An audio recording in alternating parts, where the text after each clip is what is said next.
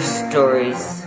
There's stories from the lumber camps where men worked all winter long, in the snow and the cold.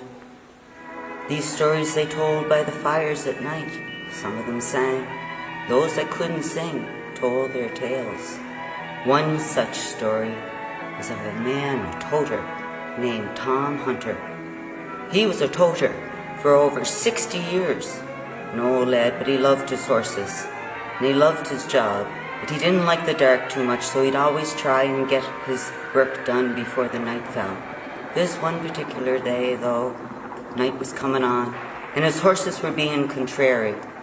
He started using a lot of colorful language at them, something that he didn't often do before, but he was getting old, and the rheumatism was setting in, and it was cold. So he was using a lot of language, and suddenly from the woods ahead of him, he heard a strange voice yelling and scaring the horses near half to death.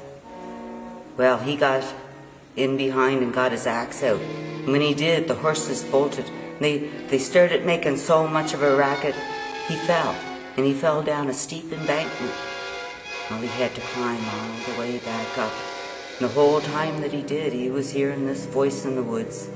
When he got to the top, he got his horses together and pulled his load, started on his way. He heard a mocking laughter coming from the forest. Well, he thought maybe he should clearing up his language a little bit, maybe calm down some. And the laughter stopped. That was in the Dungarvan. For more than a year, he was never known to swear. But then one night, it was getting dark, and he wasn't comfortable with the dark. He was about 9 miles up 49-mile brook, and he heard the same screaming in the woods again. He knew it was probably because he started using that language, that coarseness that was inside of most men when things get hard and they get impatient at the end of the day. Well, he found his way to an old abandoned logging camp. He went in there. He had gathered his horses together and put them outside with a little bit of comfort. He lit a candle by his bed, and he woke an hour later and found the candle was extinguished. So he lit it again. Same thing happened. An hour later he woke up and that candle was out. He checked for drafts and there were none. Well, he lit the candle again.